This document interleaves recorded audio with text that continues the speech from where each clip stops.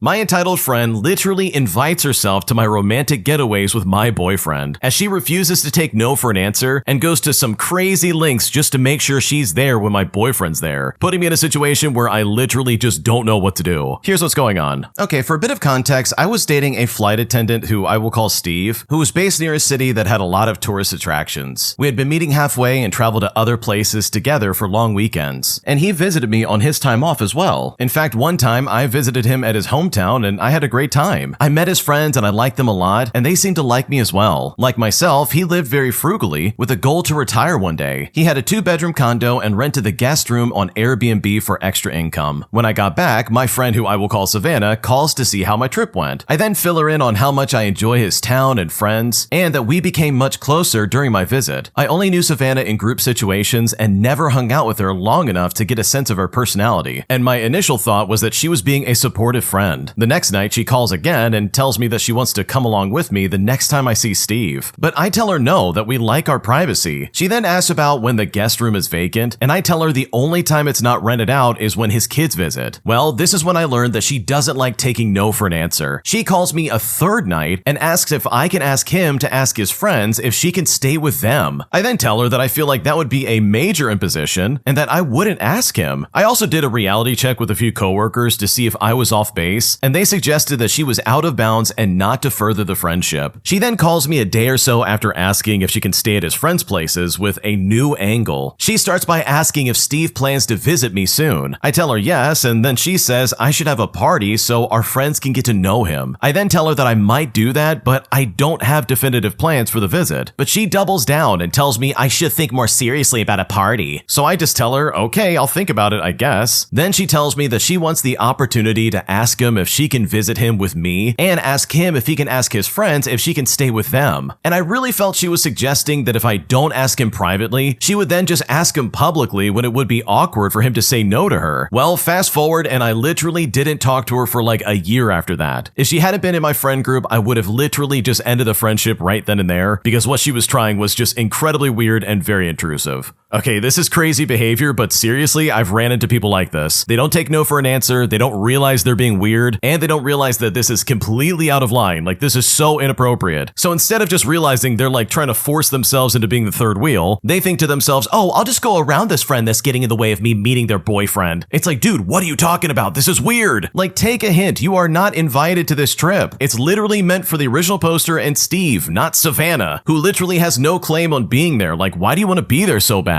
It's also really disturbing because I could absolutely see her renting out that Airbnb room and being like, okay, I'm here for the party. And it's like, what are we doing? Like, get out of here, man. So yeah, I don't blame you for ending that friendship. I would probably also do the same thing, especially when it really seems like she's trying to get in the way of your relationship. Like, that's obnoxious, and I absolutely hate that. If you like Am I the Jerk, you're probably going to love Am I the Genius. Check it out, link down below in the description. Also, go to amithejerk.com/submit if you would like to submit your own stories. My entitled coworker came up to me and demanded that I fix her report for her, as she said I'm the one in the office who always does this kind of thing, while also refusing to fix anything herself, putting me in a situation where I got very uncomfortable, especially when it all fell apart. Here's what happened. Okay, for starters, I'm known at work for being detail-oriented. If something's off, I usually catch it. Now, a coworker recently made a mistake in a report that was going to be sent to a client. She then came to me and said, can you fix it like you usually do? But when she said this, that really caught me off guard. I asked her what she meant by that, and she said that she tells people I'm the one who cleans things up before final submissions. Now, I gotta be honest, I did not love that, but I still looked at the report anyways. And let me tell you guys, it wasn't a quick fix. It would take at least an hour to redo it properly. I then told her that she should correct it herself since she's the one who created it. She then got stressed out and said she didn't have the time to do that, while also saying that I'm better at it, so I should be the one to do it. But you know what? I looked at her and I said no. Fast forward, and the report went out with a lot of errors. And now management is asking questions, and she told them that she assumed I would review it because I usually do that. And so now, as a result of my coworker's mistakes, it looks like I'm the one who dropped the ball. So am I the jerk for not covering up for my coworker? Because right now I'm honestly kind of pissed off about this. No, you're not the jerk. I hate coworkers who do this because, dude, I have no reason to cover for you. Seriously, this is your thing, not mine. I think I would be flattered at first if someone's like, oh yeah, you're the one that cleans things up. You absolutely have it all together. But honestly, that's as far as that compliment goes. I'm not now gonna do your work just because you can't do it right. Like, that's crazy, and that absolutely is not okay. Because here's the other thing. It seems like the coworker was trying to like share the blame if anything was wrong, where she's like, okay, now I have someone in it with me where if we fail, then we fail together. And it's like, dude, I'm not jumping on this sinking ship. What are we doing right now? That's weird. So no, you're not the jerk for not covering her. If I was in your shoes, I would go to management. I would tell them all that happened. I would say, look, I'm not covering this and I'm not going to fix this for her. And hopefully that should be enough to convince them, because this is weird behavior in my opinion, and you should not be forced to fix any of this. My parents are demanding that I give them my bank password and my login information so that they can monitor my salary with my new job, as they claim they're just trying to protect me from overspending. But after I told them no, they're not going to do that, they literally called me insulting, with my extended family even calling me arrogant, saying that I've lost my roots. And right now I seriously just don't know what to do. Here's what's happening. Okay, I'm a 2024 graduate from a Southeast Asian country, and I recently landed a high-paying remote role as a virtual assistant for a US-based company. Now, because I live in a country with a lower cost of living, my salary is technically wealthy by local standards. But last night, my parents sat me down and demanded my banking login and password. Now, their reasoning was that they wanted to protect me from overspending, and they believe they should be the ones to set aside my savings for me. They also mentioned that since I still live in their house, I should not have any secrets regarding my finances. Well, when they asked this, I straight up told them no. I offered to pay a fixed, generous amount for rent, utilities, and groceries, but they called it insulting. They said I'm treating them like landlords instead of parents. And now even my extended family is calling me arrogant and saying I've lost my roots because I want financial privacy. In my mind, I'm an adult with a professional career, but in their mind, I'm an extension of the family communal fund. So am I overreacting for standing my ground? Is it some kind of like American mindset to think my money is mine? Or is this a universal boundary that I should never cross? Because right now I don't know what to do. Okay, this is kind of weird for me because I know for me personally, I would not want anyone knowing my finances, and I would be very uncomfortable with anyone trying to like look over it and supposedly protect me. Like, first off, they're not trying to protect you, they're trying to get information about you, and that in and of itself is super sketchy because that leads to other problems. Like, from my perspective as an American, I'm like, dude, why do you need to monitor my spending? They're trying to act like you're going to overspend as an excuse to like look over your money. But a hypothetical situation is not justification for anyone invading your privacy. And also, I gotta say, there's probably some cultural differences here that obviously I'm not privy to, but from my perspective, I think you did the right thing by turning them down. Am I the jerk for recording my boss humiliating me in a meeting and then sending it to human resources without telling anybody first? Because right now I'm worried that I handled this badly, and at this point I don't know what to do. Here's what happened. Okay, so I debated posting this for weeks, but I decided to just go ahead and do it. So here goes nothing. For starters, I'm a quiet person. I do my work, I keep my head down, and I don't cause any problems. For 2 years, I watched my boss, who I will call Matt, single people out in our team meetings with cutting remarks, public corrections for things that could have been a private email, and it was honestly the kind of management style that makes you rehearse excuses to call in sick. But after 2 years of working there, it finally happened to me. Last month in a full team meeting of about 15 people, he spent 8 minutes of that time picking apart a report that I had submitted. Not the work itself, but me, my attention to detail, my commitment, whether I was really cut out for this kind of role. Literally all of this in front of everybody. Now, I didn't say anything, I just sat there and took it. But what he didn't know was that I had started quietly recording meetings 6 weeks earlier on my phone. Nothing dramatic, just protecting myself after watching what he did to others. I then went home that night and I clipped the audio and I sent it to human resources with a formal written complaint. I didn't give this guy a warning, I didn't confront him, and I didn't even say, hey, let's talk about this. Well, human resources opened an investigation the next morning. Matt has been on administrative leave for 2 weeks, and the office knows something happened, but not exactly what. 3 separate coworkers who've been there longer than me separately said they'd wish that they'd done the same thing years ago. Eventually, Matt's manager called me personally to apologize. My wife says I should have confronted him directly first, and maybe she's right. So I really need to know, am I the jerk here for the way I handled this? Because right now I don't know what to do.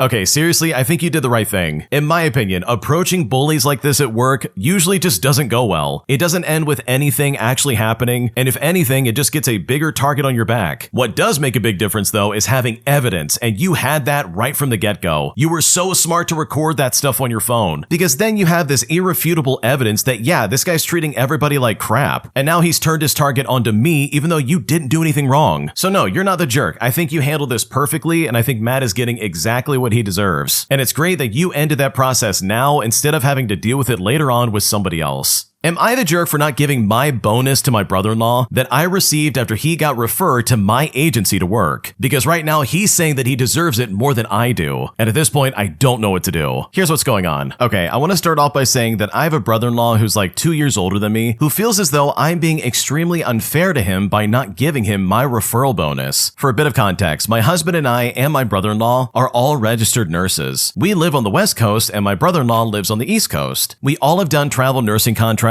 on and off over the last 6 years. My last recruiter was awesome, so I referred my brother-in-law over to her and the agency she works for. When I started with this company, my husband referred me, and the company itself pays you like $750 after the nurse you referred has worked for like at least 8 weeks. The person working also receives a small bonus of $250. In fact, many companies have incentives just like this. Well, over the last few weeks, my brother-in-law has been making comments to my husband, saying things like, "Oh, send me that money when you get it," or he'll say something like, "Let's split that bonus money between the two of us." He really thinks it's my husband who is getting the bonus, but in reality, it's me. I just let my husband shut him down and deal with it and just really tried not to get involved. But suddenly things took a turn last Friday. Last Friday marked 8 weeks that he's been working on contract for the company. He got his $250, so he thinks that my husband must have got his half of it, even though it went to me. He then started bothering my husband over text messaging, saying that he deserves the money instead because he's the one working. But my husband told him to just knock it off, and that I'm the one that got the bonus anyways. Well, when he found that out, he started texting me saying that he's owed this money. Again, saying that he's the one that's working the contract and not me. But I told him no. And if I didn't even refer him, he would have gotten no bonus at all, even if it is smaller. Like seriously, just be grateful for extra free money. But he kept on it, saying it's unfair. I then told him that this is just the way it goes. I made the company money for recruiting you, so I get paid more. It's not like I stole the money from him or anything like that. It was direct deposit straight to me. At this point, I stopped responding to his text messages, thinking that this was the end of it. But my God, I was wrong. Because the next day, he started texting my husband, telling him that he needs to ditch me, saying that I'm extremely toxic and entitled, saying that I suck as a human being, and many other not so nice things. Now, my husband, of course, got very mad and stuck up for me. And ever since that, he hasn't really talked to either of us. But now I'm starting to feel bad that this has caused a family fight, and I don't think money should come between family. But at the same time, you can't bully me into giving you something that's mine and then treat me like garbage. I never told my husband that I should get his bonus, and I know for a fact that my brother-in-law wouldn't give it to me if it was the other way around. So am I the jerk for not caving into my brother-in-law? Because right now I'm really frustrated and I don't know what to do with this.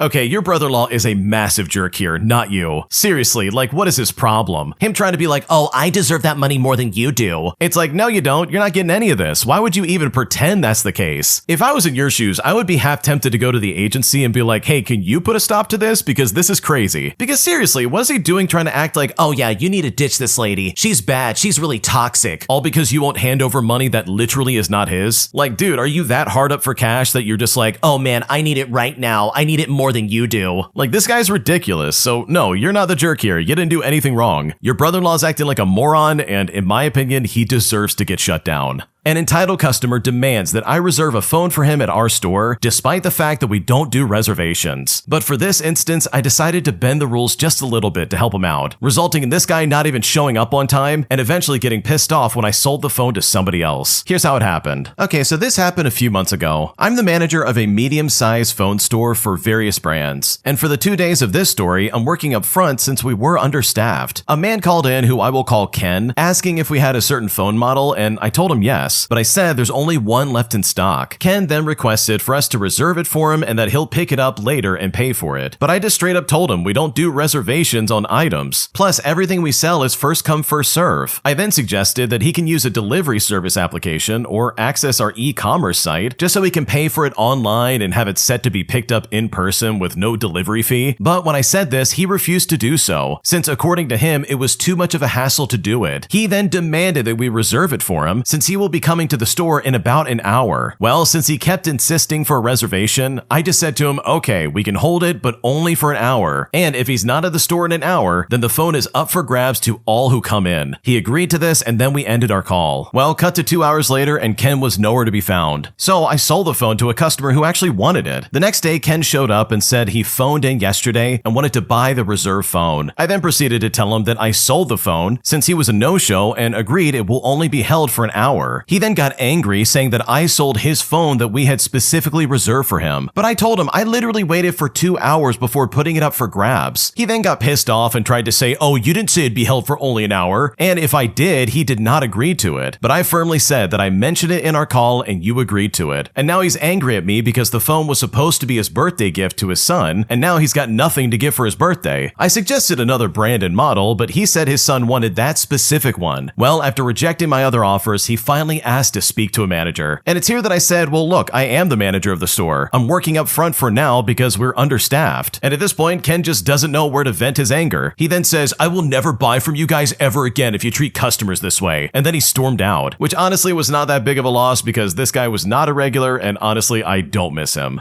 Yeah, I don't like people like this at all. I hate this kind of entitlement, especially when it's like, dude, I'm bending the rules for you specifically. I'm literally going out on a limb and saying, okay, I'm going to help you out and I'm going to wait like an hour, but you have to come and get it. So for him to come in the next day and be like, where's my phone, please? That is some unbelievable entitlement. And it's like, dude, I put my neck on the line for you. I literally broke store policy for you. And this is how you're going to act? Like, that is unacceptable, dude. You cannot act like that and expect me to be happy about it. So yeah, I would honestly be so happy if this guy never came back because that sounds like a nightmare to deal with, and I would never want to put up with that ever again. Both of my previous jobs, I ended up quitting mostly because of managers that I had to deal with, and I'm starting to wonder if I'm the problem or if the managers and the places I worked at really were just that crappy to begin with, because right now I really just don't know what to think. Here's what happened. Okay, for a bit of info about me, I'm a female and I'm in my late teens. I recently started working my first couple of jobs over the past year, both of which in small restaurants, and both situations ended with me resigning due to issues with the managers. Now, my mom thinks it's just those specific people, but I'm not entirely convinced. I'm currently trying to figure out if this is typical in small restaurants or if I've just had bad experiences. At my first job as a dishwasher, the manager would openly talk crap about employees to other staff members. For example, she talked to kitchen workers about potentially firing someone for skipping shifts, even though that employee was working multiple jobs and dealing with serious personal and medical issues that sometimes left her in debilitating physical pain. There were also inconsistencies in how people were treated. Some employees could cancel shifts at the last minute without consequences, but when I gave advance notice that I needed time off for a legitimate reason, I was told it was my responsibility to find coverage. On another occasion, she asked me to come in at the last minute because someone called in sick. I said to her I could try, but I needed to confirm that I had a ride. When I couldn't do so, I apologized, and the response I got was essentially that she had no one else and then no follow-up. At my second job, where I worked the front of house, I had about 2 days of training before being scheduled for a busy shift. I wasn't originally scheduled that day at all. I was called in at the last minute, then asked to come in earlier than expected, about 10 minutes before the time she needed me to come in. Well, about 30 minutes into my shift, the manager told me that she had to leave for another job and left me, the very new and untrained worker, to handle the entire front during a rush. When I said I didn't feel ready to manage that on my own yet, I was told to ask the chef for help. There were also attempts to schedule me for double shifts even after I had already explained that I couldn't because I'm a student, and after I decided to quit, she told me that I should be more reliable, which really didn't sit right with me, given that she left a brand new employee to handle the entire restaurant at the last minute. So for people who have worked in restaurants, especially smaller ones, does this sound typical or were they just poorly run places? Because right now I don't know what to think. Okay, I've got to say, this doesn't sound typical at all, and yes, both of those places were being poorly run. First off, it is so unprofessional to talk trash about someone, especially around other employees and be like, oh yeah, they're probably going to get fired. And it's like, dude, they are not skipping shifts, they literally work other jobs. That is so common in the restaurant industry. Like, people work normal 9 to 5 jobs, and then they go to their restaurant job at night. Like, that happens way more often than you think. And for the other place, that lady is an idiot for leaving you at the front of house with no experience on how to handle it. And her being like, oh, just ask the chef, they'll help you out. That is like, dude, I would never do that. That's probably the last person in the restaurant I'm going to talk to because good lord, they're already busy enough. And the last thing they need is someone coming into the back from the front of house being like, hey, can you help me out? Like, bro, I'm not going to get my head chewed off. Absolutely not. So no, it seems like you just ran into 2 really crappy jobs with people who really just did not care about you in the slightest. And if anything, they saw someone young and impressionable and thought they could take advantage of you. And that, in my opinion, is incredibly messed up. My mom called my workplace to tell them I might be in danger after I didn't answer the door to my apartment because I was literally working from home, and I had told her multiple times that year to not show up unannounced. And now I'm in a really weird situation because of this, and at this point I just don't know what to do. Here's what happened. Okay, I want to start off by making it very clear that my mom is not a bad person, and I'm not estranged from her. We talk on the phone probably like twice a week. I visit for holidays, our relationship is functional, and it is generally very warm. The problem is a very specific and escalating one. She does not believe that please call before coming over applies to her. The first 2 times this year, I was just home and let her in, and we had coffee and it was fine, except that I had told her at least 4 or 5 times over the past 2 years that I need advance notice before people come to my place. I work from home, my schedule is not predictable, and I'm genuinely not a person who can pivot to hosting without warning. Well, she would just nod and say that she understood, and then just show up anyways. Well, last Tuesday she came by at about 11 o'clock in the morning. I was on a deadline, I did not answer the door, and I sent her a text message saying that I was working and I couldn't have visitors right now, and that I loved her. And in my opinion, this was a normal response to a normal situation. But instead of listening to that, she then called my workplace. She told the receptionist that she was my mother and that she was concerned because I wasn't answering my door, and she needed someone to check on me. My manager came to find me mid-call to ask if everything was okay, and I had to explain while on a work call that my mother had shown up unannounced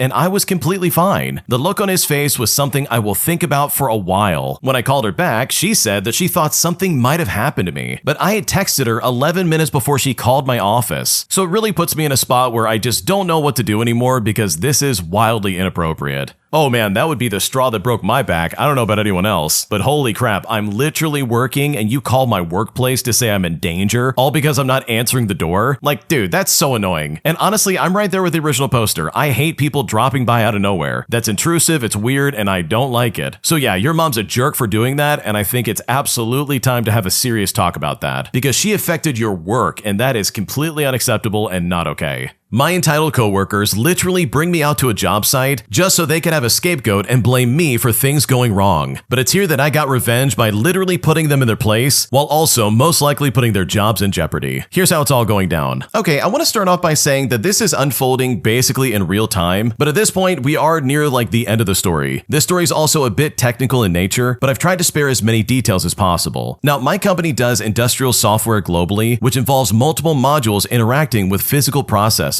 Projects often involved installation and testing locally, but my team's part is able to be deployed and tested about 90% remotely. There was one project in North America where my team's software was deployed months ago, and we've only had to deal with fairly minor bugs ever since then. However, the project overall is running incredibly late, and the local team is struggling hard. So 3 weeks ago, they asked me to fly out about halfway across the world just to fix it while I finish off the last 10%. I arrive and I find that the other key software module in the system barely works. But the people on site who are supposed to be working on it, instead of knuckling down and fixing it, have basically been blaming everything else. Talking to the other team members, I find out that these guys have spent the last month literally blaming the mechanical, the electrical, and the designers and the fitters and the technicians, often without any real basis. When I arrive, they seem happy that I'm here to fix things, but about a week later, much to nobody's shock, they start trying to blame me for their problems as well. Now, I tolerate this for about a week, explaining to them how the system should work as I was a key designer, collecting logs and evidence of the problems and performing root cause analysis just to help them locate the problem with their code, but it literally doesn't stop them from trying. But even still, it keeps my hands clear and it makes progress for me going home. But then suddenly, last Friday, I get a baffling email from the group of them. Apparently, they had met at a time where the project manager knew I was not available, and they constructed an elaborate theory about how the software I was responsible for was somehow doing the wrong thing. And they had then convinced the project manager, who was non-technical, into backing them up. In a call to discuss it, I was told by the project manager that I was responsible for collaborating with the team to fix this issue, which had resulted in delays to project milestones. And trust me, I tried to explain my side of things, but I just got shouted down in the call. I then experienced a very powerful moment of clarity about what is happening and just immediately changed my strategy. And with that shift, I explain again that I consider the issue to be unlikely, and it's here that I demand to see hard evidence backing this claim. But as you can probably guess, they can't produce anything beyond them saying, well, the data at this breakpoint isn't what it should be, which I explain is not conclusive, as it could still be the fault of their code. I then spend half the shift trying to replicate the problem and capturing network traffic logs between the two systems, which is the interface where these systems interact. But no matter how hard I try, I cannot replicate it. Instead of delivering it just to them as I had been, I copy in my management back home all the way to the top, along with a paper trail explaining and showing how I had been blindsided and demanded to fix a problem that could be tracked to my area of responsibility, all without any kind of evidence. I then documented names and exactly how much time had been wasted. Well, it turns out I'm not alone. Some people privately reached out to me asking for more details, explaining that they are seeing a similar thing unfolding on a different project run by members of the same team. And you know what? I was happy to oblige. Well, in the middle of the shift, I explained this in clear terms to them, and they literally lose their minds, denying what they had done. They're backtracking, trying to blame me some more, and one of them even looked like they might start crying. The next day, I sent a formal letter to Human Resources back home, withdrawing my consent to be there, with all the legalese referencing my employment agreement and specific legal statutes, and explaining that, among other reasons, this has become an unsafe and uncollaborative work environment. And thankfully, they also agree without any fuss, and I start planning to return. At this point, the project manager loses their mind and almost begs me to stay because it means that I will not be present for the client sign-off, and that there's going to still be things that need to be fixed, and the likelihood of this local team fixing it themselves is next to zero. I leave tomorrow and testing starts the following day, and normally this would be unfathomable, but at this point, I have enough evidence that I'm basically untouchable. I am both impressed and disgusted by the audacity of this team, but they mess with the wrong person and just landed themselves in an even bigger world of pain. Oh my gosh, I love this story so much. Seriously, you mean to tell me that the original poster was brought out there just so these incompetent losers could find another scapegoat? Like, dude, are you kidding me right now? I would lose my mind if that was me. Seriously, it blows my mind when anyone tries to blame me for something I haven't done. Like, that absolutely makes me go psycho mode. So if I was in the original poster shoes, bro, I would be foaming at the mouth. There's no way I would ever put up with that. So good for you for going up the chain. Like, this is proof that you absolutely need to stand up for yourself, especially when you're dealing with bullies at work who literally are not able to do their job because they suck at their job. So yeah, this is crazy, and I'm so glad that you're getting out of there. If you like Am I the Jerk, you're probably going to love Am I the Genius. Check it out, link down below in the description. Also, go to amithejerk.com/submit if you would like to submit your own stories.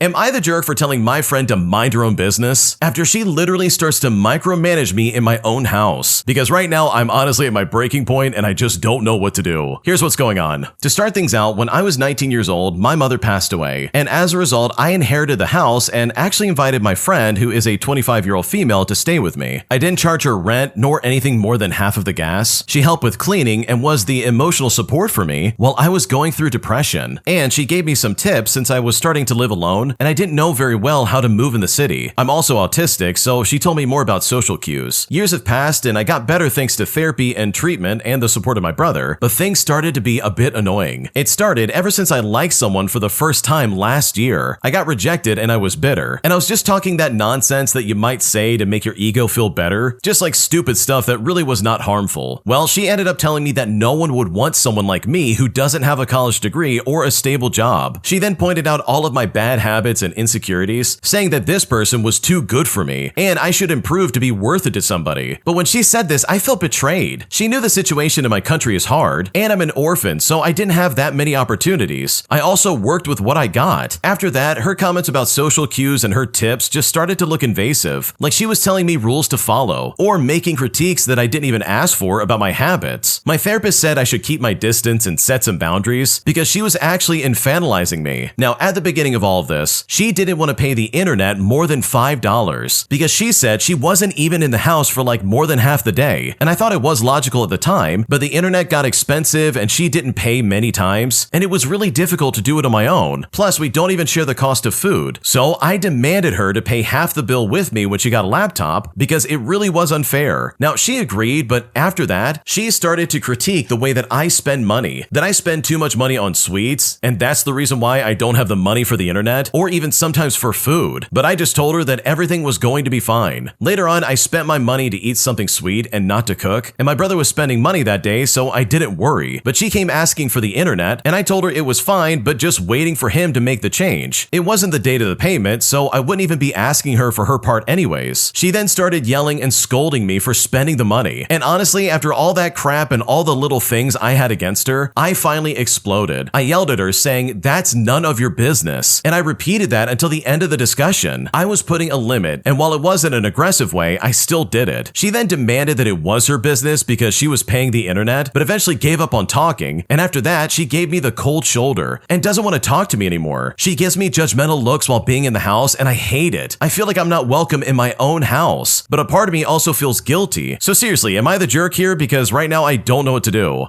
Okay, first of all, no, you are not the jerk because holy crap, you guys are not married. This is not a relationship. She is a roommate who is living rent-free, bro. Like, what are you doing? If she really doesn't like the setup that she's got and still feels the need to be like, oh yeah, this is what you're doing wrong with your life. You're fat and you're missing all these things. Like, you need to change. Like, that would be the biggest indication for me that, yeah, I'm absolutely gonna find a new roommate and you've gotta go. Because I'm not gonna live like that. And seriously, I don't think you should either. You should not be forced to sit there and be talked to like that, especially from someone who literally has no idea what you're going through. Like, you just lost your mother and you were bringing in a friend to try and help you out, and here they are just literally micromanaging your life. Like, this sucks. I would hate this so much if I was in your shoes. Because in my opinion, friends absolutely don't get to control each other's finances. And the fact that she's acting like that, in my opinion, is more than enough reason to kick her to the curb and find someone else. Because her behavior is absolutely atrocious. My entitled neighbor yells at me all the time simply because I don't return his kid's soccer ball that he keeps kicking over the fence. Things got so bad that my neighbor literally said he would call the cops over this, despite the fact that this happens on a daily basis. Here's how it all went down. So I rent a small house with a fenced-in backyard, and I work from home, so I'm usually around during the day. For the past few months, though, it feels like I've been living next to a one-kid soccer academy run by pure chaos. My neighbor's kid, who's around 10 years old, constantly kicks his soccer ball over my fence. And we're talking multiple times a day. At first, I didn't care because kids play and accidents happen. I would just toss it back and that would be the end of it. But then it started happening every single day, sometimes before 8 o'clock in the morning and sometimes while I'm on work calls. Once, the ball even hit my patio chair while I was standing outside. So I just stopped throwing it back immediately. I figured maybe if it took a while, the kid would learn to control his kicks. But apparently, this was the wrong move. Now, every time it happens, the dad comes to my door like clockwork, knocking on my door like a debt collector, demanding that I throw the ball back. He doesn't give me a hello or an apology. He just gives me this attitude, like it's my fault that his kid can't aim. But last weekend, it escalated. I was outside gardening when the ball came flying over again and smacked into one of my plants. I didn't throw it back right away, and a few minutes later, the dad storms over yelling over the fence. He starts to scream, "You can't keep my kid's property, that's stealing." But I simply told him, then keep your kid's property out of my yard. When I said this man turned red, full on furious. He started ranting about how I'm a terrible neighbor and that I'm unfriendly to children. He even said he was going to call the police over a $10 soccer ball. But I said to him, go right ahead. I'll show them the 5 other times this week your kid's ball hit my yard. And after that, he stomped off muttering something about respect. So now I have 2 soccer balls sitting in my shed, and if one more flies over, my dog's absolutely getting a new chew toy. Okay, I gotta be honest, this is one of those scenarios where, yeah, this guy absolutely had it coming. It's one thing for it to happen every now and then and for the parents to be like, I'm so sorry, my son keeps doing that. But it's an entirely different situation for them to be like, oh, give me the ball back right now, where they are literally treating you like you're the problem and not the stupid kid who keeps kicking it over the fence. So in my opinion, I think the original poster absolutely did the right thing. I think their neighbor is the hostile one and there is no reason to be acting like that, because this behavior absolutely does not deserve to be rewarded. An entitled gym member breaks my rules at my gym, stating that you cannot record your workouts inside our facility. But once I told him that he needs to stop, this guy literally gets up in my face and asks me what I'm gonna do about it, putting me in a situation that honestly was incredibly awkward, especially since I plan on talking to his wife the next morning. Here's what happened. So yesterday afternoon, after I finished my final training session at a gym I work for, a gym member approached me saying that another gym member was standing near another one with what looked like their phone pointed at them. I was then shown the two and I walked over. The guy lifting was was making the weirdest grunts as he lifted, and he really sounded like a gorilla. I looked at the guy who was holding the phone, and I asked him to stop recording when I saw the screen was recording. The guy jumps like I startled him, and he stops recording, but the lifting guy finishes his reps and says, "Did you get all that?" He then drops the weight and sees me standing where his friend was, and says, "Do you mind? We're trying to record a fitness video." I then say to him, "I actually do mind. Do you remember the first paragraph in your gym membership that you signed upon joining?" Now, for reference, the first paragraph states that all signed members will follow the gym rules, and then it lists all the rules, including no recording of any kind of the workouts is permitted. Well, the guy, who's like the same height as my brother at 6'5", storms over to me and says, "I am 6 inches taller than you. You will not tell me what to do." I then told him, as I used my walkie-talkie behind my back, pressing a coded message, "Look, you are the same height as my brother, so you don't intimidate me at all. And as the lead fitness trainer, I am here to remind you of the rules of the gym that you just violated." The guy says that he didn't violate anything, and his friend shows the video footage of him lifting. The guy then says to me, "Trainer or not, what are you gonna do?" My boss then shows up and tells the guy to wipe down the equipment, gather his stuff out of the locker room, and then leave. Well, the guy begrudgingly does as he's asked, and then eventually does leave the gym. My boss then watches as he and his friend go to the locker room, and then as they leave the building. Luckily, the guy's wife takes my morning cycling class, so I plan to talk to her today about her husband's behavior, because that kind of crap is absolutely not gonna fly with me. Oh man, this guy's definitely in trouble. Yeah, he might be taller than you, and he might be like, "Oh, what are you gonna do about it?" Sure, and you might not be able to do anything besides kick him out, but you better believe that wife is gonna be very pissed off at him. So yeah, this is a fantastic way of getting revenge, because this guy's definitely gonna regret this, and I kinda wish I could be a fly on the wall for that, because I'm willing to bet he's probably gonna get chewed out beyond belief.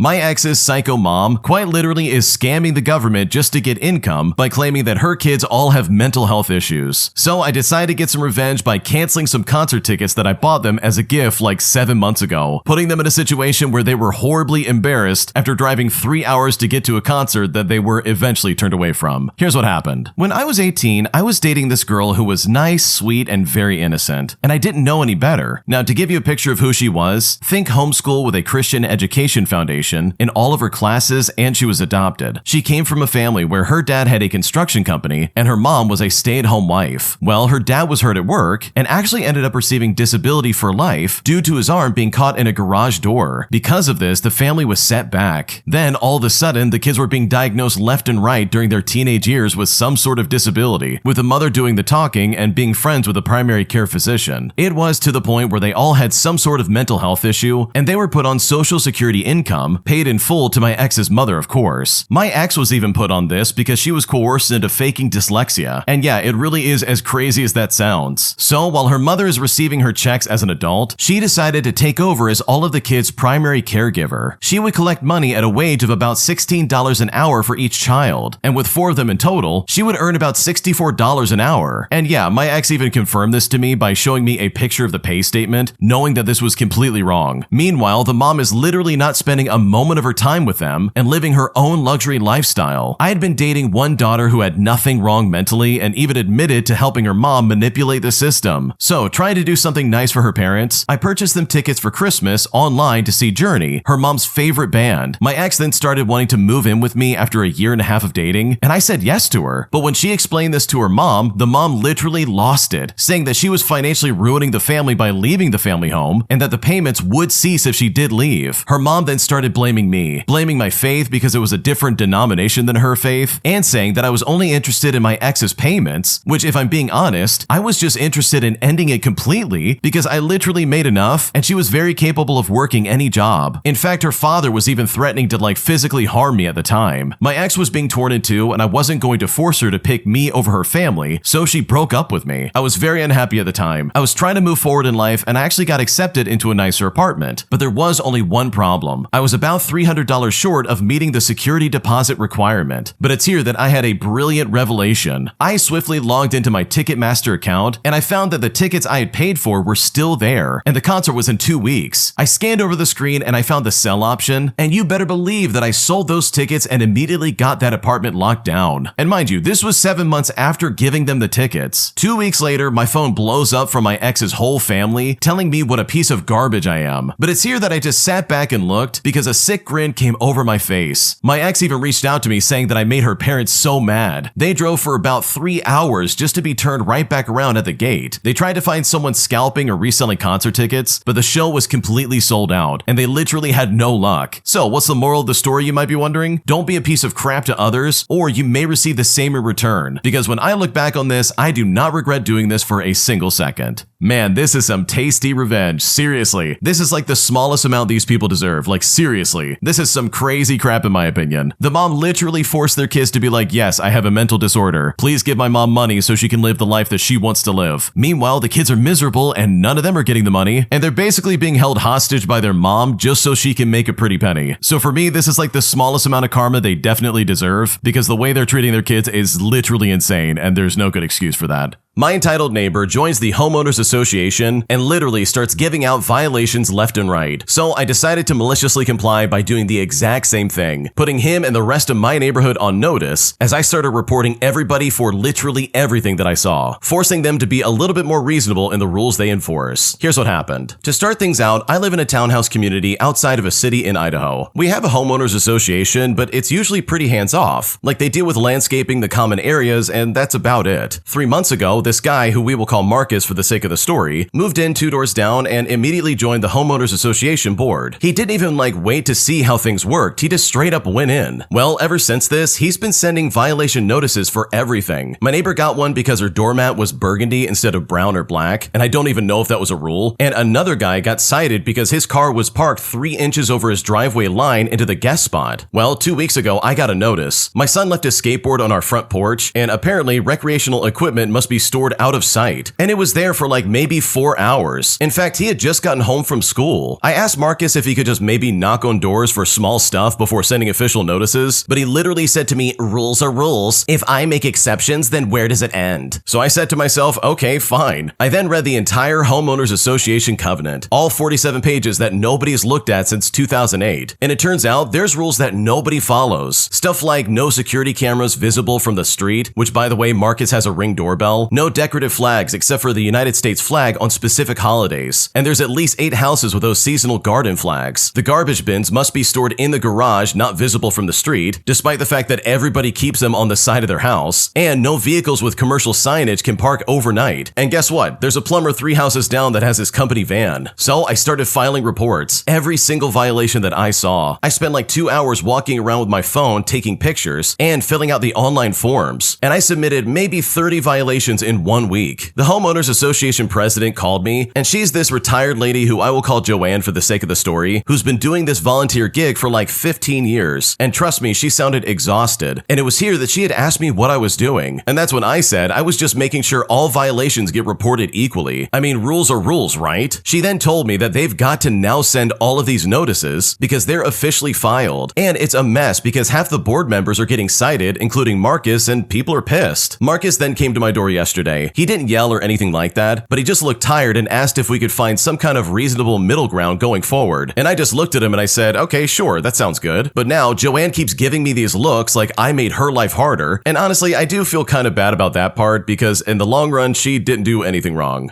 Okay, as someone who's dealt with homeowners associations, I love this so much. It always seems like the worst kind of people want to be the president of these things. And that's so annoying because literally, you're just trying to live your life, dude. But here we have Marcus literally trying to ruin it. I can't stand people who act like this. So the fact that you played their game and they didn't like it, in my opinion, is hilarious. They saw very quickly how annoying this is and how quickly this can get turned against you, almost overnight. So seriously, good for you for getting back at these people. This is really a satisfying one because I don't think I've ever had a positive interaction with a homeowners association, and the fact that you turned this against them is just really great. My entitled family is furious with me as they're demanding that I give up my kidney and donate it to my older sister after she was diagnosed with a severe kidney disease. Because right now, my entire family has turned against me, saying that I'm a terrible family member and that my unwillingness to help out is going to be the reason why my sister passes away. And at this point, I feel like I'm losing my mind because I really don't know what to do. Here's what's going on. So my older sister, who I will call Claire, has been diagnosed with a severe kidney disease. Her doctors have said that without a transplant in the near future, she will face a lifetime of grueling dialysis and a significantly shortened life expectancy. And needless to say, our entire family is understandably devastated. Now, I have a complicated relationship with Claire. We were not close growing up, and as adults, we've mostly been civil at family events, but don't have a personal relationship. The main reason for this distance is a pattern of behavior from her that I can only describe as chronically selfish and manipulative. She borrowed a large sum of money from me years ago for a, oh, I can't miss this business opportunity kind of thing, but it absolutely failed. And guess what? She never paid me back, joking that it was contributing to her education in the school of hard knocks. She also missed my wedding for a last-minute vacation with her then boyfriend and has a history of making snide, undermining comments about my career and life choices. When her diagnosis was announced, the family immediately launched a campaign to find a donor. Flyers were made, social media blasts went out, and everyone was talking about how we all need to step up. My mother, weeping, said, "One of us in the family must be a match. We have to save her." A few weeks ago in a family group chat, the topic of living donors came up. My cousin volunteered to get tested, and my mom said that she would, but her age might be a factor. But then my aunt tagged me directly and wrote, "And of course, the original poster, you'll get tested too. Sisters are the most likely matches." When I saw that, I did not respond in the chat, and later that night, I called my parents privately. I told them as gently as I could that I would not be getting tested. I explained that while I sympathize with Claire's situation, I am not willing to donate my kidney. And when I said that, my mom was hysterical. She called me a monster, she called me cold-hearted, and said I was essentially signing my sister's death warrant. My dad, who was usually calm, said that he was profoundly disappointed and that families should do anything for each other. They asked me why, but my reasons didn't seem to land, and I had quite a few. For starters, the risk. While generally safe, kidney donation is still a major surgery with real risk, including chronic pain, hypertension, and future health complications. I'm healthy, and the idea of voluntarily undergoing a procedure that could compromise my long-term health really terrifies me. Secondly, my history had to be taken into account. I flat out told them I don't love my sister in the way that would make me sacrifice an organ for her. Given our history, I feel no deep, selfless bond. I feel like she's a relative that I know, and not someone I'd give a part of my body to. Lastly, my own family. Like seriously, I'm married, and my husband and I are trying to start our own family. The thought of going through a pregnancy with one kidney or having a health issue later in life that could be exacerbated by having only one kidney really fills me with anxiety. My future and the future of my potential children, it all feels more immediate and important to me than mending a relationship that was never there. Well, the news spread through the family, and I'm now being bombarded with messages. Some calling me a jerk, but others saying that I'm selfish. My cousin who volunteered said that I'm making this about me, when it's really about Claire's life. Even some family friends have reached out to guilt trip me, but the only person who hasn't said anything is Claire. I don't know if she's too sick, too proud, or if she expected this from me, but a part of me is racked with guilt. A woman's life is on the line, and I'm refusing to even take the test to see if I can help out. I'm being told that my reasons are just excuses, and that my grudges are petty compared to the gravity of the situation. I'm watching my family fall apart, and I'm being painted as the villain for sticking to my decision. So seriously, am I the jerk for refusing to get tested to see if I'm a kidney match for my sister? Because right now I'm honestly not sure what to do.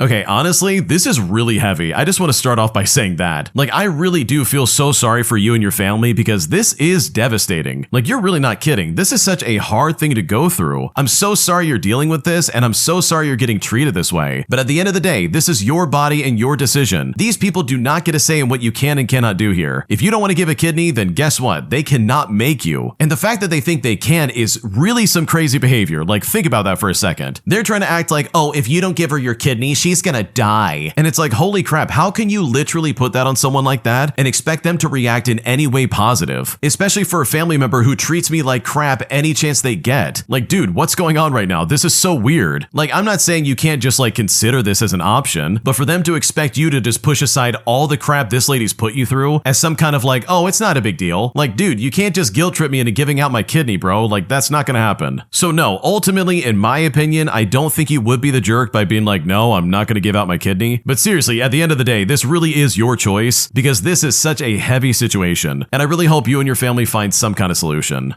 If you like Am I the Jerk, you're probably going to love Am I the Genius. Check it out, link down below in the description. Also, go to amithejerk.com/submit if you would like to submit your own stories. My entitled neighbor wouldn't stop running his mouth about me, so I decided to get some revenge by literally humiliating him in front of his wife, which is a lesson I'm sure he is not going to forget anytime soon, especially after I became best friends with his wife. Here's how it all went down. To start things out, I moved to a new subdivision a few months ago, and everyone on my block is kind and friendly for the most part. Last month, a couple moved into the house directly beside me, and honestly, I hardly ever see the wife of the couple, but the husband I see often, and I see him in passing when I'm mowing or working out in the garage or doing something around the house. I always make it a point to wave, say hello, or even offer a beer to break the ice with him, but every time he sees me, he seems extremely rude and annoyed and never replies to me, so I just stopped making an effort to say hi. Well, last week I was working out in my garage and he finally made it a point to say something, but what he had to say was really unpleasant. And also, as a disclaimer, I am a gay man who happens to wear 3-inch shorts because they're comfortable for me, and this is important for what happens next. So as I'm working out, he approaches my driveway and tells me to cut the music, which is exactly what I did right then and there. He then proceeds to say that he doesn't appreciate me listening to rap music and wearing hardly nothing when working out because according to him, it's an eyesore for the neighborhood. I then quickly told him to take that energy somewhere else and see himself off my property. About an hour after, when I was finishing my workout, his wife was just pulling up to the house from work, so I took that as an opportunity to quickly call her over and introduce myself. We were vibing, we were laughing, and she was just a breath of fresh air. But suddenly her husband walks out and asks why she's over at my place talking to me. But what he doesn't know is that I told her everything her husband just said, and when he stepped out, she let him have it. The wife told him to apologize, which he did, and she even said to me that he's just making fun of my shorts because he knows that he absolutely could not fill them out like I do. And I swear to you, I could see the life drain from this guy's face. In summary, this toxic man got a taste of what he deserved today, and instead of being civil, now he has to deal with his very openly gay neighbor being around his wife more often because we are now officially friends, which is something that really could have been avoided if he had simply been a little bit nicer. Okay, I love this so much because first of all, who in their right mind would walk onto someone else's property and say something like this? Seriously, this is so messed up. From the sounds of it, it seems like the original poster was just working out in their garage and their clothing attire literally matched the occasion. Like, I don't know about you, but I go to the gym and I gotta tell you, a lot of people wear shorter clothing because it's easier to move around. And it has nothing to do with them being gay or what music they're listening to. They literally wear shorter clothing because it's easier to move around and work out in. So for this guy to walk onto your property and be like, no, you need to stop it right now. This is an eyesore for the entire neighborhood. Stop it right now. Like, that is some crazy energy, and I am right there with the original poster. But I love the fact that you became really good friends with the wife in this situation because that's going to be way worse for this guy. Because I really think he's never going to get rid of you, and that is honestly hilarious in my opinion. An entitled Karen at Costco wanted me to move my car forward just so she could take my pump at the gas station. But when she didn't get her way, she decided to start swearing at me in a way that was honestly really embarrassing because all of this was incredibly unnecessary. Here's how it all went down. Okay, so I was at Costco a few months ago about to pump gas at a lane that literally had 2 stations available for people to use. So for people who might not know, Costco gas stations have multiple lanes of like 2 to 3 stations, all cramped tightly together. And I'm next to my second station line, and the person in the rear station finished and left. So I parked my car there and was about to start pumping, but I hadn't paid just yet. While I was setting everything up, the person in the front station had left as well. So the car behind me literally rolls her window down and starts shouting something at me. It's this older white lady in her 60s, and I couldn't understand what she was saying, so I just continued to go about my business. But she just sits there and stares at me for a bit, so I look the other way. Well, as I'm fueling, she starts trying to maneuver in between the lanes to get in the front station, and it took her maybe like 2 minutes of slowly driving through the middle lane and then having to reverse into the spot over and over since she couldn't line it up properly. I then realized that she was shouting at me to move my car forward so that she can take my spot so she wouldn't have to do all that. Then, when she finally parked correctly, she did so in a way that makes half of her truck block the middle lane on my side. And I can only assume that she did this to try and screw me over. She then got out of her truck and started mumbling obscenities, and her husband says something to get her to calm down just a little bit. Like, it honestly looked like she was gonna go up and try to hit me or something like that. But regardless, I finished up fueling my car, and because my car is kind of small, I was able to get through the lane even if she was attempting to block me. Because you know what? Screw that lady. Even if I did hear what she said, I already had the pump in my car. Because at the end of the day, it literally is not my problem that she chose to go to a Costco gas station. Dude, it is always people like this who are super impatient and literally cannot wait for a single second. They not only feel like they're entitled to literally everything around them, but they're also so impatient that literally, if they had just waited a little bit, they still would have gotten to the pump in time. Because some of the people in the comments section pretty much put it exactly how I feel, where it's like, dude, if I'm gonna pump my gas, I'm not responsible for anybody pulling out and moving along. I'm gonna stay where I'm at, I'm gonna pump my gas, which is maybe gonna take like, what, 5 minutes? And then I'm gonna be on my way. If they don't like it, they can go to another pump. They can literally go anywhere else or just try to be patient. But for her to act like you inconvenienced her in some way, like that is so weird and I just can't stand that attitude.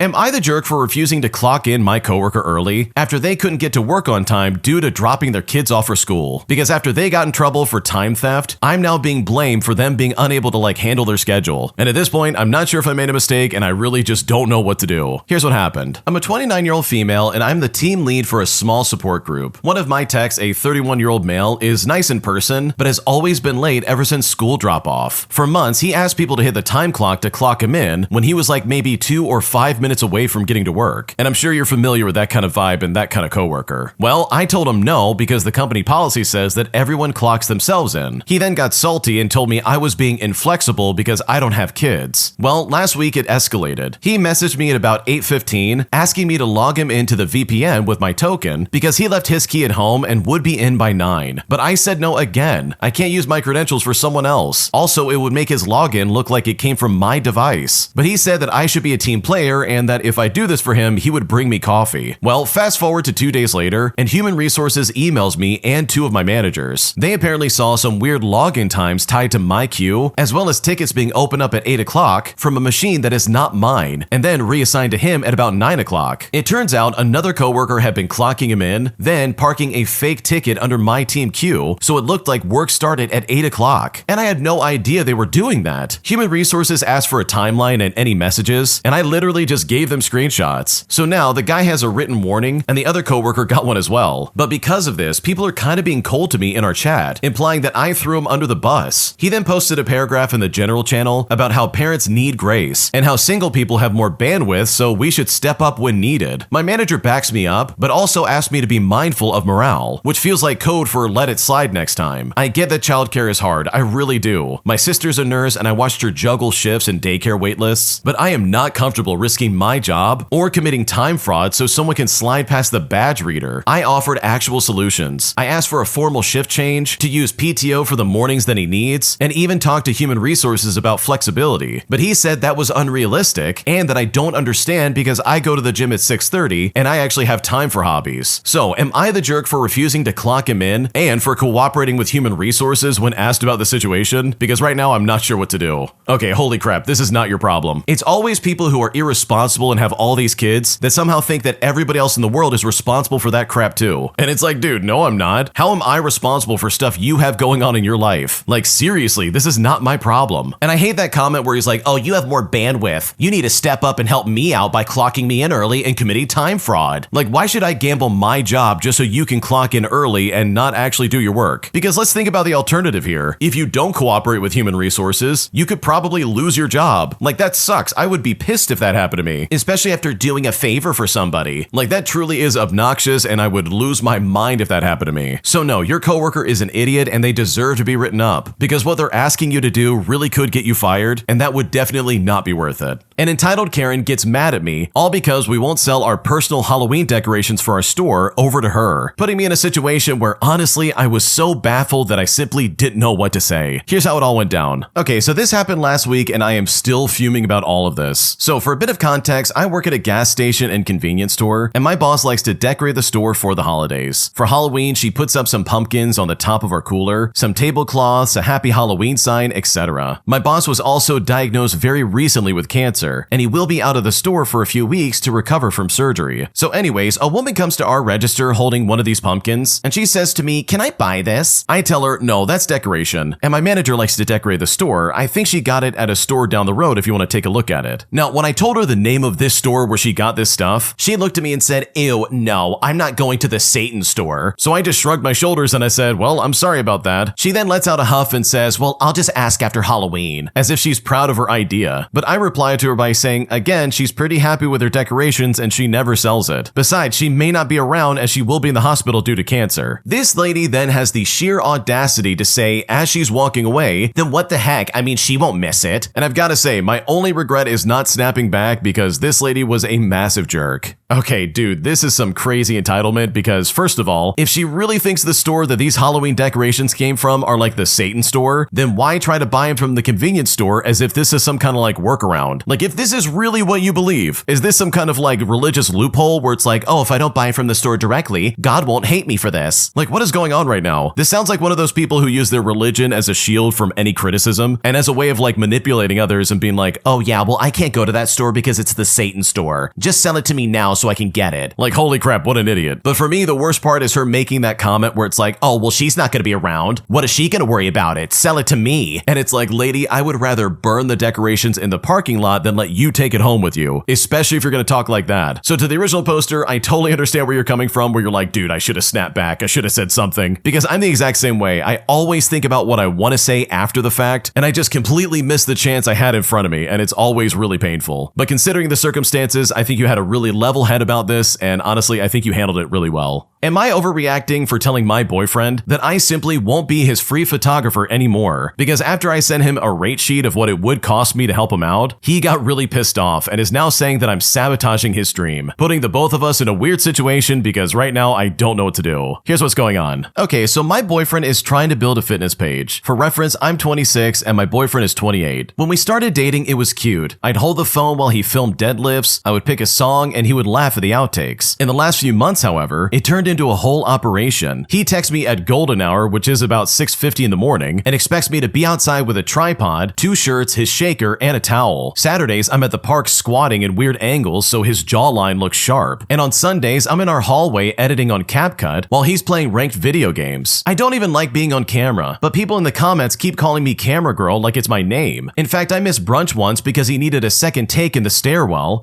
simply because the neighbor walked by, and at that point, I just wanted to evaporate. I tried to set limits and said, okay, 1 session a week, but he heard, oh yeah, we could do this daily. I asked him to learn the basics so he could run it solo, and he said that my hands are steadier and that my eye is better. Well, last week, he booked a brand shoot with a small supplement shop. He told me that we could deliver 15 reels and 40 photos. And when he says that we can do this, he really means that I'm gonna do it. The unpaid department of everything. They gave him 6 tubs of pre-workout as payment. Now, I'm allergic to caffeine and still ended up scrubbing chalk dust off my leggings for like 2 hours. That night, he casually asked if I could stay up to color grade, where he said, oh, it's just sliders, babe. But at this point, I finally snapped. I told him I'm done being free labor, that I'm happy to help sometimes like a normal partner, but I'm not managing your content calendar. And it's here that I made a simple rate sheet, $35 per hour for filming, $20 per hour for editing, plus a cap of like 4 hours a week. I then sent it to him so it's clear and we don't fight. But when I did that, he got really pissed off and said that I'm sabotaging his dream and making our relationship transactional. He says that real couples support each other, and that if I had like a big exam coming up, he said that I would want him to quiz me. But I told him, no, quizzing is like 20 minutes, not a second job. But now, because of all of this, he's giving me short replies and filming with a friend who DM'd me saying, oh man, you went corporate. So seriously, did I overreact by putting a price and boundaries on something that started as a favor? Because right now, I really don't know what to do.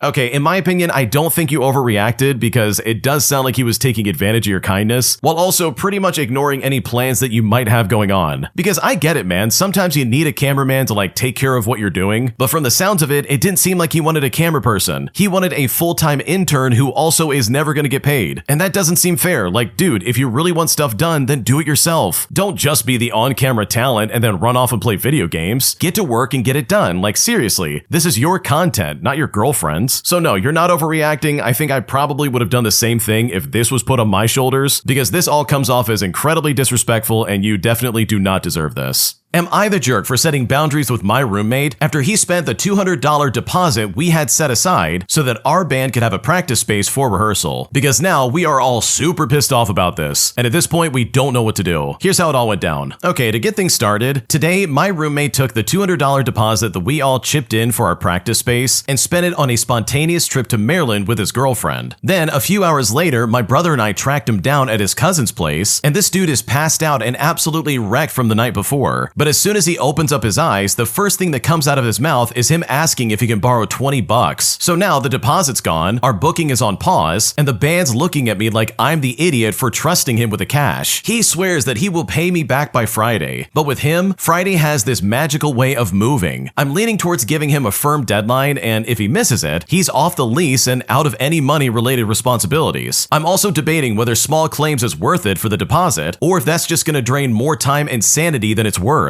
Either way, I am done letting him touch any shared money. From now on, it's paid to the venue or the landlord directly, with no trace of any cash, and everything's gonna be through an app so there is a paper trail. So honestly, am I the jerk for feeling like this and wanting to make these plans when it comes to my friend? Because right now I honestly just don't know what to do because we are all incredibly frustrated. Okay, dude, let me start off by saying, like, why on earth is this guy in your band at all anymore? Like, he clearly can't be trusted with any money, but he also stole the money from pretty much everybody else and said, yes, I'm gonna spend this on a vacation that I want to go on, instead of using it for a practice space. Like, dude, I would lose my mind if someone did that to me. And I don't know what the dynamics are of your group or anything like that, but if someone was in a band with me and they stole money from the band, that would be like the first and only straw I would ever need to be like, yeah, you're out, you've got to go. So no, you're not the jerk for being pissed off about this, and you're definitely not the jerk for setting boundaries, because I'm willing to bet this guy would absolutely do all of this all over again if he had the chance. My psycho boyfriend won't leave me alone as he's convinced that I'm cheating on him based off a series of photos that he says are convincing evidence that I'm actually cheating on him. But despite the fact that the girl in the photo is literally not me and me proving over and over again that it's not me, my boyfriend refuses to accept logic, saying that I betrayed his trust by cheating on him despite the fact that he literally has no evidence of this. Here's what's going on. Okay, to start things out, my boyfriend has been at me every single day for a week over a photo that he saw while I was out with my friends. I thought everything was fine before this, but I guess I was wrong, and honestly I have no idea why he's acting like this. This all started last weekend when I was out with my friends who I had not seen in a year due to moving very far away. We went to an outdoor concert for cheap in our small town after I moved back, just so we could have fun and dress up in costumes so we could hang out and see each other. One thing to note is that the friends I was with barely drink, and we're talking like maybe 2 or 3 times a year, and they never go out as well. So of course, I was very excited that they wanted to go out with me for once. I would also like to mention that I had not been out more than once within the whole year I'd been away, since I really just don't like going out with my friends. So I do not normally do this either. A few days after we had went to this concert, my boyfriend texted me a photo that looked like me, saying that I looked like I was about to kiss someone in the background of one of the professional photos that were being taken there. But I told him many times that this was not me. This girl had curly hair, she was wearing what I thought was like a big black coat, and her face shape did not match mine. At first I thought he was joking. I was wearing a skin-tight black long-sleeve dress, I had wavy hair, and I had a headband with bunny ears on my head. I laughed it off thinking it was a joke, and I told him it wasn't me, while pointing out everything that was proving me right. Well, a couple days later, he texted me again bringing it back up, but I again told him that it wasn't me, and I explained everything that was different between the girl and I. But here's where it gets crazy, because he literally did not believe me. He kept calling her my twin and saying it wasn't normal how defensive I got the first time that he brought it up, but I kept explaining how it was not me, and I didn't know what else to tell him. Well, he pretended to believe me, but that was not the end of it. The next time I saw him, he brought it up again, but in person. I then proceeded to laugh, and I said to him, why would I cheat on you in a place where all of your friends are at, a photographer is taking photos, and in a public space where I know everybody there? I then proceeded to tell him how I'm literally 5 foot tall, and the person this girl was kissing was shorter than her. There is literally no one in our town who is over the age of 19 that would be in the 4-foot range. And I sort of giggled when I said this because I didn't think it was that serious. The issue ended being brought up a couple more times, and at this point I was getting so fed up. Tonight it was brought up again for what felt like the 10th time in a row, and I was so mentally drained and exhausted from this conversation that I just started telling him to prove that I cheated on him. But he wouldn't stop calling me a cheater, saying that I was with other men when I didn't answer fast enough, and accusing me of so much. And he never acted like this before. He then freaked out at me for telling him to prove it, and going on and on for hours, to the point where I had to stop texting him to keep myself mentally sane. Eventually, Eventually, I was so desperate that I started scouring the Facebook page to try and find all the photos of that night to figure out who the girl was, just to show him once and for all that it wasn't me. Well, after searching for a while, I finally found her. I sent him all the photos of this girl, and I put them with the blurry photo that he sent me, thinking that it was finally over. But he responded by saying, "I can't see her makeup. I can only see her black eyes." And at this point, I was so done. Like, I never ever do my makeup. I only wear mascara because I don't know how to do makeup and make it look good on my skin. I got ready with my friend who went to school for makeup, and she actually helped me and gave me tips, so I felt confident enough to try it for once. But I did not wear black eyes. The photo was too blurry to see the makeup. It was just a blob, but apparently he could. I then proceeded to stop answering him because I was so over this, and eventually he gave in and apologized, telling me that he was wrong and whatnot because I simply just gave up. I thought it was all fine until I was playing video games with my same friend who's good at makeup, and he actually messaged me a new photo, and this new photo was a completely different girl. He then said to me, "This is you going into the corner. Good job taking your ears off. That's a really good cover." And at this point, I had no idea how to respond because it really seemed like he just wanted to prove me wrong and was just making up stories about how I supposedly cheated on him. Anyways, I found the girl who he was talking about because she was wearing a penguin costume and it was pretty easy to find. And yeah, as you can probably guess, she looks absolutely nothing like me, so I'm not sure why he thinks it's me at all. You can see her hood that has a beak and an eye on it, which doesn't look like my costume at all. I did not leave any of my friends' side all night, and I have no idea what to do at this moment. This has gotten so frustrating that my relationship, which I never speak about and keep private, is now known by my friends and family over this fight. I couldn't mentally handle it all alone, and I told everyone about it and sent them all the photos, and everyone agreed right away that it was not me. Like, it literally isn't. We've been together for 8 years, and I'm so sick of it and over it, and it only took a week. So if anyone here has some advice about this situation, could you please tell me what to do now? I haven't shown him the photo of the penguin girl because I don't think I should be the one proving I didn't cheat, and if anything, he should be the one proving that I did cheat. I really think that he should trust my word like I do his, but I don't even know who he is anymore. He's quite literally acting insane, and I seriously just don't know what to do. Okay, holy crap, your boyfriend is a piece of garbage. First of all, it is a giant red flag that this guy is so obsessed with trying to prove that you're cheating on him, because I'm just willing to bet it's probably the other way around, and he's trying to find a way out of this relationship to go to the other girl. It sounds crazy, but that's kind of like the playbook of people like this, and I really hope that's not the case, don't get me wrong, but either way, this is a giant red flag in my opinion. Like, this guy seems so desperate to be like, "Oh yeah, you cheated on me. Here's you almost kissing another guy. Oh my gosh, I can't believe it." And it's like, dude, you know exactly what your girlfriend was wearing to this stupid party. You know for a fact that she wasn't wearing the penguin costume or kissing the guy that was significantly shorter than her. Like, dude, get a life. What's going on right now? Like, this really is super concerning. And I know if I was in your shoes, I would be questioning this entire relationship because this guy sounds like a controlling, jealous weirdo. And in my opinion, I just don't think he sounds like a good boyfriend in the slightest. If you like Am I the Jerk, you're probably going to love Am I the Genius. Check it out, link down below in the description. Also, go to amithejerk.com/submit if you would like to submit your own stories. An entitled student blatantly uses artificial intelligence just to do his work. Things got so bad that he even demanded to do the final group project by himself simply because he wanted to try and get away with this one last time, resulting in him failing miserably and being forced to retake this class all over again. Here's what happened. One of the degree modules I teach involves students working on a group programming project. It's nothing too elaborate, but the aim of the module is to develop skills they will need if they go on to work in the IT field. After all, if you're doing a computer science degree, you must be thinking of going down that route, right? Well, this one student is an absolute entitled nightmare. He uses AI for a lot of his work, and it really does show. He always pushed me on the written remarks on his work, but every time I sit him down and ask him to explain the code he produces, he struggles and often has no idea how the code he submitted even works in the first place. In this project, he came up to me and basically told me that he cannot work with others in the group and that he must work alone. I then explained that there are specific group activities and efforts I would be marking, and that I needed to see his input within the group. There was no way I could excuse him from the group activities in the module. However, I could see that he was not going to budge and therefore complied with his demand to work on the project alone. All of the other students in my class had been assigned to their groups, and I did check in with them all on like a weekly basis, but this one guy was steadfastly refusing to work with the rest of his group, and as I complied with his request, he was working on his own project alone. In my interim feedback at the end of each stage, I repeated that he really should work with a group or he would risk a failing mark for the module. In fact, I made sure the feedback was sent to him both in hard copy and also via email with read receipts, which I absolutely kept. Well, cue the end of the module and the submission for marking. Sure enough, the one student submitted a project based just on his own work, and he had not engaged with a group that he was asked to work with. There were several issues with his project. First and most important was it didn't meet the brief. The code simply didn't do what we had asked for, which meant that he lost marks for that aspect of the project. And because he had not worked with others in the group, he was not awarded any of the group marks allocated for the work. Because his code was so far away from the specification, I called him in to basically explain the code, and he demonstrated a complete lack of understanding of the code that he even submitted, which meant that more marks were dropped, which eventually led to his marks for this assignment being a hard fail, which means he has to retake the entire module. Now, the only bad part about this is that this whole thing really does affect me. I've now got him in my group again for the rest of the module, and honestly, I am not looking forward to that. Holy crap, imagine doing something in technology like this, only to then screw it up by being like, oh, instead of actually learning the material, I'm just gonna have artificial intelligence do my homework for me. That won't completely backfire in my face. This is gonna be great. Like, dude, that's absolutely not the answer, and the fact that they thought it was is just insane in my opinion. So truly, this guy absolutely deserved to fail, especially if you're gonna lose AI. Like, dude, you deserve to fail at that point, and like, you have absolutely no one to blame except for yourself. Because if this guy had literally just like buckled down and learned the material, he probably would have passed and not had any issues moving forward. But now he's got to retake all of it, and that is honestly his own fault. An entitled jerk decided that he was going to be rude to me on the phone when I was literally trying to pick them up for Uber. So after listening to the way they were talking to me and the awful attitude they gave, I decided to get some revenge by hanging up on them, canceling the ride, and driving away, forcing them to wait in the cold and find another ride. Here's what happened. Back in 2019, I was an Uber driver, and one night, sometime in the early winter, I had to pick up this group of about 4 guys in downtown Detroit who were maybe somewhere in their 40s. They were only about 5 minutes away from me, and honestly, it wasn't even that cold outside,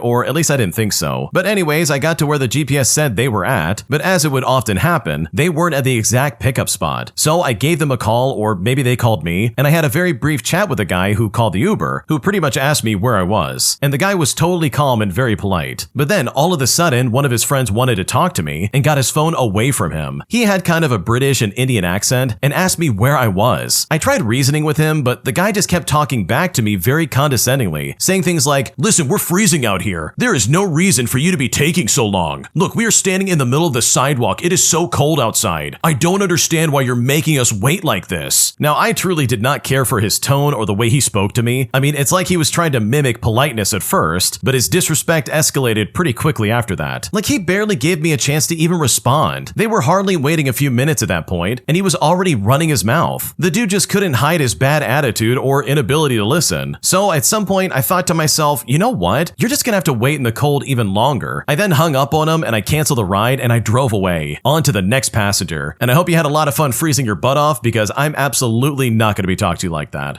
Dude, good for this Uber driver. That is absolutely the way you want to handle this. Like, I will never understand anyone who talks badly to like customer service reps or anybody who's in like the public eye dealing with people. And that includes taxi drivers and Uber drivers. Like, things were going so well, this was going to be a normal situation. But then this guy grabbed the phone and decided to be stupid. And guess what? If you're going to mess around, then you are absolutely going to find out. So yeah, I love this story because this is absolutely the way it always should go down. Am I the jerk for asking my sister-in-law what she's doing with her degree after she implied that my university wasn't prestigious enough? Because right now, this has caused a huge thing in my family, and honestly, I don't know what to do. Here's what's going on. Okay, so last night, my husband, our 2-year-old daughter, and I were all at my in-laws' place. My sister-in-law and her husband and her kids were also there too. The topic of one of their cousin's kids going to university came up, and we talked about how going to a good university helps in networking. I mentioned how I'd gotten my first business analyst job because my interviewer had also gone to my university. And at this point, my sister-in-law chimed in and basically said, "Oh, you mean the satellite college, so not the actual one?" My husband said politely that it's the same thing, and she just shrugged. I then asked her where she went, and she said that she went to my school but at a different campus. So it's here that I asked her how she's using her degree. She then said that she chose to be a stay-at-home mom and just kind of stopped talking to me at that point. With all that in mind, my husband thinks that I was out of line. Admittedly, I didn't think it through when I said it, and I honestly just said what came to mind. He says her question was tactless but not malicious, but I said it was rude and that's what mattered, and the premise of it was just wrong. But after thinking about it, I have been reconsidering it. Ever since then, she has been texting me about how out of line I was, and he's even told her that it was a misunderstanding between everybody and to just let it go. So seriously, am I the jerk here? Because right now, I'm not sure if I made a mistake. No, you're not the jerk. This is so stupid. If your sister-in-law really can't take that kind of criticism, then holy crap, don't dish it, lady. Don't give out that kind of energy if you can't handle it in return. Like, seriously, what's wrong with you? Why would you act like that? Don't sit there and be like, wow, your college is just a satellite college. But then when she literally says the same thing, where she didn't go to the main school, but like went to a satellite college as well, suddenly it's a problem when you ask her what she's doing with her degree? Like, dude, give me a break. That is so stupid. So no, I don't think this is any misunderstanding, and I don't think you were out of line, because if your sister-in-law wants to act like that, and she wants to try and make some kind of weird criticism towards you, then she'd better be prepared for the softball pitch that you made when you simply asked her what she's doing with her degree, because this road is a two-way street if she really wants to find out.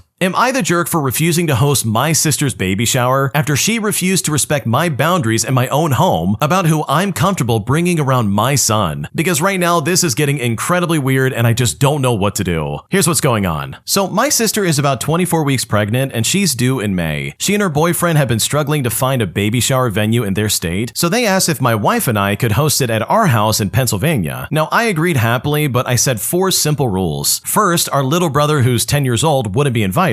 Secondly, our 15-year-old little sister could come to the party as long as she was respectful. Third, if anyone was disrespectful, I reserve the right to ask them to leave my house as it was my rules. And fourth, because of past safety concerns, her boyfriend wouldn't be welcome on my property. She could host a separate one if she really wanted him included. Well, when I said that, she got immediately mad. And trust me, I know I've got to give a lot of context here. For starters, we barely know our little brother. We met him once last year, and honestly, there's a whole messy situation with my dad's ex that makes even his paternity questionable. So I didn't feel comfortable having a stranger's kid at my house, or his mother who, for context, tried to force substances on me when I was about 10 years old. But seriously, what really set her off was rules 2 and 3. My younger sister called me a bunch of transphobic names last weekend, and I told my twin sister I wasn't going to let that slide again, and that this time I would not be hiding in my room. Instead, she would be asked to leave. She just told me to get over it and said that even though it's my house, apparently I don't get to kick people out because it's her baby shower. But then she completely lost it when I mentioned rule number 4 about her boyfriend. I know it sounds harsh to exclude the baby daddy, but last time we visited, he got angry, he threatened to blow a hole in our heads, and said he would follow through with the next threat the next time he sees us. And we literally had to leave early because of that. So no, I don't feel safe having him in my home or around my son. She then started defending her boyfriend, telling me that I can't control the guest list, saying that if I didn't like someone, I could just sit in my room all day, and that she would be inviting anyone she wanted and that I could just deal with it. Well, at that point, I told her, look, I respect your view, but I'm not going to host something where I have to hide in my own house if someone disrespects me. And I'm not going to be going around in fear of my life, or my wife's life, and my son's life if your boyfriend decides to follow through with his threats. And so with that in mind, I backed out entirely. Now she's upset and saying I'm selfish for taking away her only venue option over a personal grudge, and calling me names like pathetic and an insecure man-child. So seriously, am I the jerk here? Because this is honestly incredibly upsetting. Dude, are you kidding me right now? This is so stupid. First of all, your sister's an idiot for being like, oh, come on. You're being pathetic and selfish. You're so insecure. My boyfriend only said he was going to end your life. What's the big deal? Like, holy crap, what are we talking about right now? That is all the reasoning you ever need to be like, no, you're never showing up at my house. And trust me, the other rules are important as well. Don't get me wrong. Like, yeah, your younger sister sucks and your little brother might not even be your little brother, so I totally get it. But for her to basically treat your house like some kind of venue she can reserve, where she has the say of who can and can't be there, along with her even beginning to defend her boyfriend with the things he said to you, like, oh my gosh, what are we talking about? That's crazy, dude. So no, you're definitely not the jerk. You didn't do anything wrong by defending yourself and saying, hey, I don't feel comfortable with this. This is absolutely not working for me, so I'm gonna back out. Because this is some grade A psycho behavior and you absolutely do not deserve to be treated like this. Did I overreact by leaving my stupid ex standing outside on the street for like 30 minutes? Especially after all the crap he's put me through recently in my life. Because right now, I'm not sure if I made a mistake and I honestly just don't know what to do. Here's how it all happened. I'm a 32-year-old female and I had this on and off situation with a guy that lasted about 4 months. It quickly became a situation where he kept positioning himself where he was in financial need, and I found myself just saying, oh, don't worry, I'll get it. Especially when we went went out to eat or anything like that. After a while, I said that I suspected I was being exploited for money, especially as I paid for him to do some work for my company, and he simply wouldn't do it, and instead would just go out drinking. And despite all that, he still managed to gaslight me into thinking that I was in the wrong. He got so mad and blocked me, and then disappeared for like 2 weeks. Then he would come back and we'd end up back at my place, where all of this would repeat again and I would be the fool yet again. But this time though, I just decided I was done with it. He said he was coming over and I just didn't reply. He rode a bus for like 30 minutes and then stood in the street spamming my phone number. My friend even said that they could see him in the street pacing and waiting. And I was just frozen because we've had so many arguments. And I didn't want to just say, oh, I'm not letting you in, because honestly, I was scared. I just thought that he would give up. And you know what? After 30 minutes, he did. He got the bus home again while cussing me out, and then he blocked me. And now he's messaging my friend, and for a while, they believed his story until I showed the screenshots. So was I overreacting by just leaving him standing outside in the cold for like 30 minutes? Because this is all incredibly weird and I just don't know what to do.